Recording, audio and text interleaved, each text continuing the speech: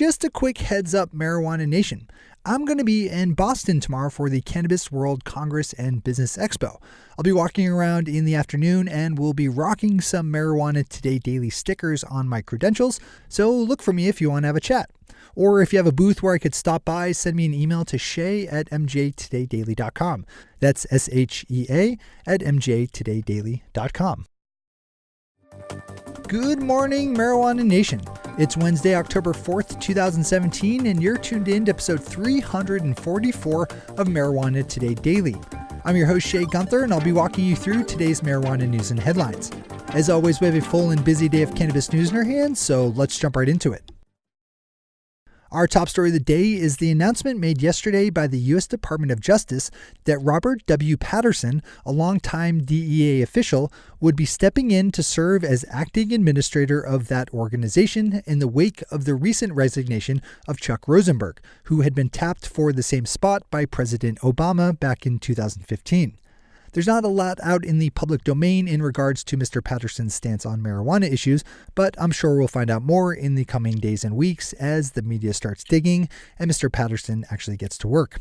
We'll obviously be tracking this storyline closely. Voters in interior Alaska soundly rejected two ballot measures that would have shut down the legal marijuana industry within the city of Fairbanks and the Fairbanks North Star borough. The two industry-killing voter initiatives went down by wide margins, with both getting more than twice as many votes against as in favor. There are currently around 25 legal marijuana businesses in the Fairbanks area, with more in the process of starting up. The ballot initiatives were put in motion after a land use dispute involving marijuana cultivators and a local named Jim Osling, who kicked off the drive to ban the industry. To his great credit, Osling was quoted by the News Miner after the vote tallies were announced as saying that he was shocked by the results, but, quote, "The good part about this is that it was a community saying what they wanted to happen," unquote. Super classy response in the face of defeat.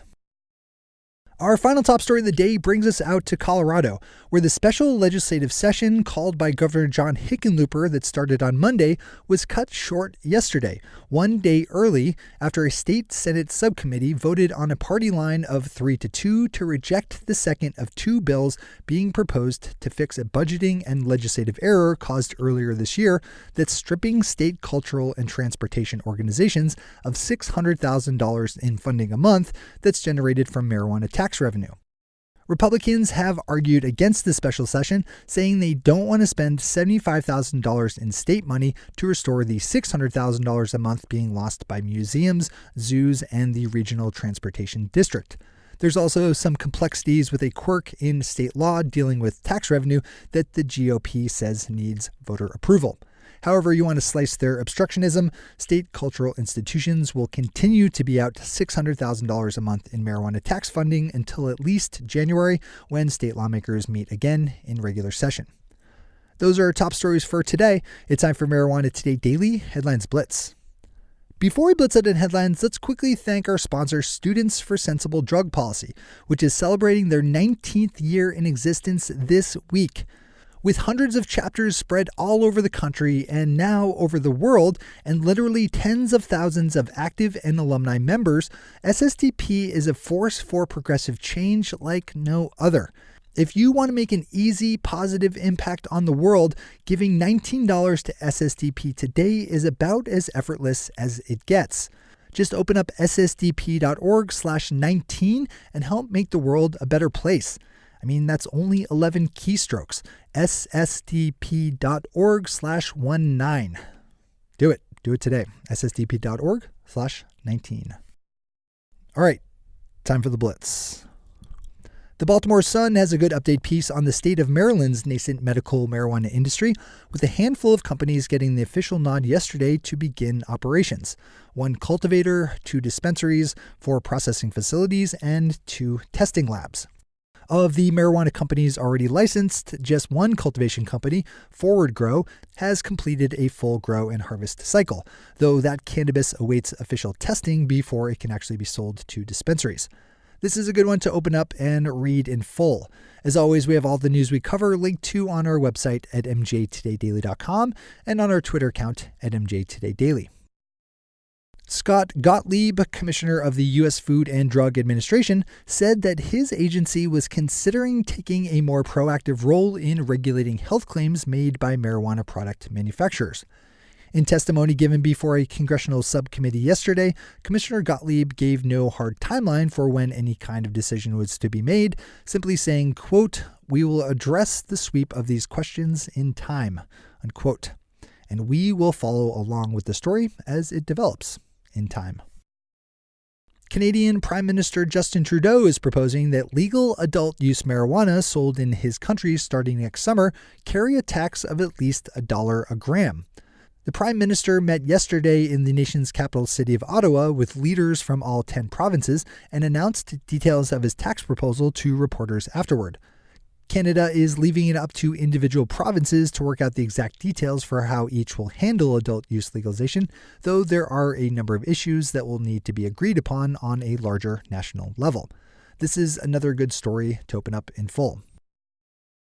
Speaking of Canadian provinces and how they plan to handle adult use legalization, Leafly has a great story up looking at the situation in Ontario, where the provincial government plans to monopolize the sale of adult use cannabis through government-run dispensaries. This would lock out independent dispensary owners, but would offer big opportunities for large-scale providers, making their official response to Ontario's monopoly plans a little complicated to frame. One of the things that large providers that Canopy Growth and the Kronos Group want to maintain is the ability to carry out sales through online and mail delivery. The California city of San Diego approved legislation yesterday setting up an entire seed-to-sale regulatory system for legal cannabis businesses, making it one of the few to do so in the state. With options now available for marijuana cultivators, processors, dispensaries, and testing facilities within city limits, the entire cannabis business chain will be able to operate on a local flow. Click over to the San Diego Union-Tribune for all the details on this one. As Nevada turns in a robust first couple of months of legal adult use marijuana sales, one of the challenges reported to still plague dispensary owners is a shortage of supply. My News 4 is reporting that while there haven't been any widespread outages of cannabis flower, dispensary owners are saying that certain products have come up short in the ordering process. With it still being the early days of the industry and lots of bugs still to work out, this kind of noise is expected to happen, so we'll just keep following along as things progress. And finally for today, Bart Schneeman over at Marijuana Business Daily has a great write-up on the state of Pennsylvania's new medical marijuana program, which, according to the story, is right on schedule for a launch sometime next year. There are a few potential hiccups in the form of 2 legal challenges, but the industry consensus seems to be that neither are actual industry killers. This is another detail-rich story best read in full. Those are the headlines and news for the day. I'll be back with you again tomorrow with another information-packed episode of Marijuana Today Daily. But in the meantime, if you have any stories to share or feedback to give, zip us an email to headlines@mjtodaydaily.com. And while you're clicking around the interwebs, swing over to our Twitter account at mjtodaydaily and visit our website at mjtodaydaily.com to find links to all of the news we cover. Thanks to our sponsors, Students for Sensible Drug Policy, and to all of our awesome patron listeners for the support that makes this show possible. To join the illustrious ranks of the patron listeners yourself, swing over to our website at mjtodaydaily.com and click on that big blue button at the top of the page that says Become a Patron. I'm your host, Shay Gunther. Thanks for tuning in and starting your day with marijuana today.